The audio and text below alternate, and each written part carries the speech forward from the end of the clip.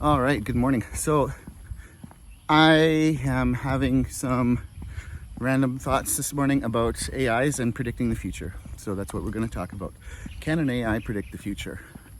Now, um, here's how a large language model, the AI that's being used in things like ChatGPT, it is doing sort of predictive math to guess the next token.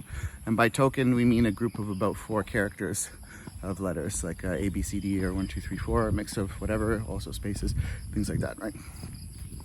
So it is actually trying to predict the future. That's literally what it's doing as it's processing things. It's trying to predict what the next characters would be based on its training data, right? And in fact, that's how a lot of neural networks work. Is that they're trying to predict the future, right? Yeah, five years ago or so, we were doing some R&D projects on predictive analysis for financial markets, right? To see if we could predict interest rate changes based on historical data, right? And yeah, so the idea is that can AI predict the future? Well, the answer is maybe, right? Depends on what do you mean by predict the future still, right? Now, if you wanted to go all out and you just want to build like the full like Nostradamus of AI still or something, right? Where it's like you would have to feed it a lot of data. You probably wouldn't be able to do it with one model. You do it with like multiple models with like multiple large training data sets, right? And yeah, that would be, you'd be kind of doing the same thing, right? Where you're getting it to guess what comes next, right? So let's say you wanted to predict the next property market crash or something, right? Maybe you narrow it down to a specific country first, right? So you pick a country, and then you get all of the historical data about property prices, right? And then you think, what else could affect property prices, right? So you look around and you find data sets that would also be related to property prices, right? And this could be all different kinds of things still. Again, be country specific because the property markets in each country are, have different sort of variables in that equation, right? And then you would train models to sort of predict what the next thing in the sequence is going to be, right? So, and again, like you'd have to use multiple models and make it granular and stuff like that. And then, maybe you could kind of sort of predict the future of the property market, right? Now, in all likelihood, it's like the further out you get, the less accurate it's going to be. But maybe you could get it close in the short term, right? You do the same thing for like sports betting, for example, right? So you could train models that could predict who's going to win the next game, right? You take all the historical data, and then you could take other data too, right? So let's say like, okay, you have Team A against Team B tonight, right? So you have Team A and Team B's win-loss record for the year. You have Team A and Team B's record playing against each other this year. And maybe you go back 5 years too as well. Then you look at the individual players who are playing, look at their statistics, see like, who's due for a goal, right? Or, like who do you think is going to score some points or whatever, depending on the sport, obviously, right? Take a look at who's injured, right? Take that into account. Where are they playing, home or away? What's their record at home or away? Are they better at home or are they better away, right? You take all these variables, put them all into different models, and then run some algorithms that sort of combine the outputs of the models, and yeah, you might even be able to guess the exact score, at that point, right? So how would you sort of go about developing that still? Well, you would build your initial sort of demonstration of this, right? Or your proof of concept, and then you would run that, and then compare that to the real scores, right? So you don't bet on it on the first try, okay? Like you want to refine it a little bit. So that means like you have to test how it does against the real world results. So let's say it says Team A is going to beat Team B 3-2 tonight, right? And then, oh, actually Team B beat Team A 4-2 or something, right? So then you would mark that down, and you do this over and over again. And then you would include this again in the next round of training data. Be like, hey, you got it wrong. It actually was this and this, right? And then you'd want to give it as much information as possible, right? You say who scored, who got the assists, who was in goal. Just using hockey for my thought process here, by the way, in case you're wondering. You know, what were the ice conditions like that night? You know, was it a playoff game? Was it was it a regular season game? I mean, like I said, the more information that you can get and put into the process, the better, right? And then, probably over time, still as you do this, you'd be able to get something that could predict sports games pretty well, right? I've seen a few examples of people doing this, and variable results, right? So yeah, you could apply this to anywhere still, right? So let's say you want to predict the stock market, right? And let's say you want to pick a company and you want to see if they're going to go up or going to go down, right? So you do the same thing. You do that historical data. You get all the adjacent data, right?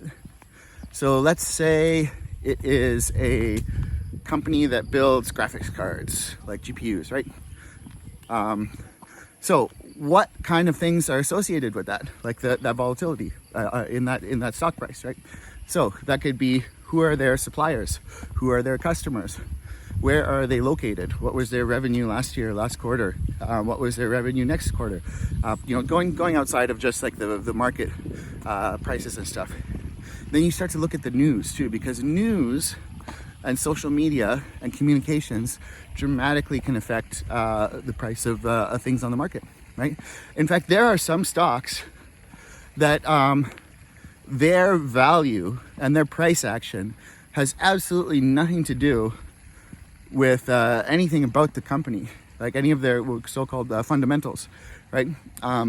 Best example of this is GameStop, in terms of like the stock market anyways, where it's just like a bunch of people on Reddit are like, yo, let's buy GameStop, and for reasons. And then they did, and it like mooned, let's say, to use the colloquial term. And yeah, that had nothing to do with GameStop's business performance or anything like that. Still, it was just totally what we call narrative driven, right? There was a narrative, and that drove the price, right? So there are other stocks that are like that. Like Tesla is another one that's very narrative driven. It's not necessarily, like, for a long time it was not really connected to how well they were doing as a company, right? It was how much did people believe in Elon Musk, basically, right? Or like, how much money did his fans want to put into those stocks, right? So yeah, there's a bunch of them, but probably most of them are more fundamentally driven, in a sense. But markets are crazy. Like when big like what we call black swan events happen, and this is like a thing that you can't really predict, right? So COVID was an example of a black swan, right? And like you see what the markets did, like in mid-March 2020. Whew, I remember, like, dude, like everything went kablooey. It was crazy, right? That was narrative driven. That didn't have anything to do specifically with the companies. That was just the whole market reacting to this single event en masse, right? And that's the sort of thing that's really tough for any kind of like AI or algorithm to predict still, right? Because all of these markets, they are driven by two forces, right? One force is algorithmic trading, right? And this is basically like if you're trying to build an AI model or a set of AI models and stuff, you're entering the world of algorithmic trading. And this is where math and computers decide when and how much to buy and sell assets, right? And then the other half of this is emotional humans, right? Who are buying and selling stuff. And emotional humans they can be hard to predict, let's just say still.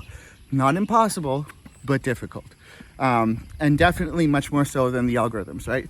The algorithms can be actually pretty predictable, you know, if they're following like common patterns, or there's something in trading that's called the technical analysis, right? And this is where you look at the charts, right? And you look for patterns in the charts, and then you make decisions based on those patterns, right? You know, so I could throw out a bunch of buzzwords, you know, like RSI and MACD and Bollinger Bands and all that kind of stuff, right? And then basically those are just patterns in the charts, right? So if you are basically also looking at the patterns in the charts, and so are all the other algorithmic traders, you know, you can guess probably when everybody's going to buy and everybody's going to sell that's doing that, right? But that's, again, that's only, you know, half the equation. The other half is the emotional human side of things, right? And it depends on the asset what the split is between the algorithms and the humans, right? In that GameStop one, the humans like took over, right? Big time, right? And so that can happen, right? And there's lots of other stocks that are, you know, there's the mix, I guess, between the two still can fluctuate quite a bit still. So can an AI predict the future, right? So what is the future? What is the future that you're trying to predict? Do you want to predict the lottery, right? Do you want to see what the next numbers are going to be in the lottery? You could do the same thing. You could get all of the historical lottery numbers and then put that into a model and see if you could, you know, crack the lottery like that. I don't know if it would really work though still. If it's true random numbers, right? Like balls in a bouncing around and then they're just plucked out at random. It's pretty tough to predict that still. But if it's something like computer generated random numbers, which it's actually really difficult to make a true computer generated random number. There's almost always a shred of some sort of a deterministic aspect to it still. So you could look for, you know, try to build a model that finds the exploit there. But I'd say you'd have way better luck with the sports betting than you would trying to predict the lotto still.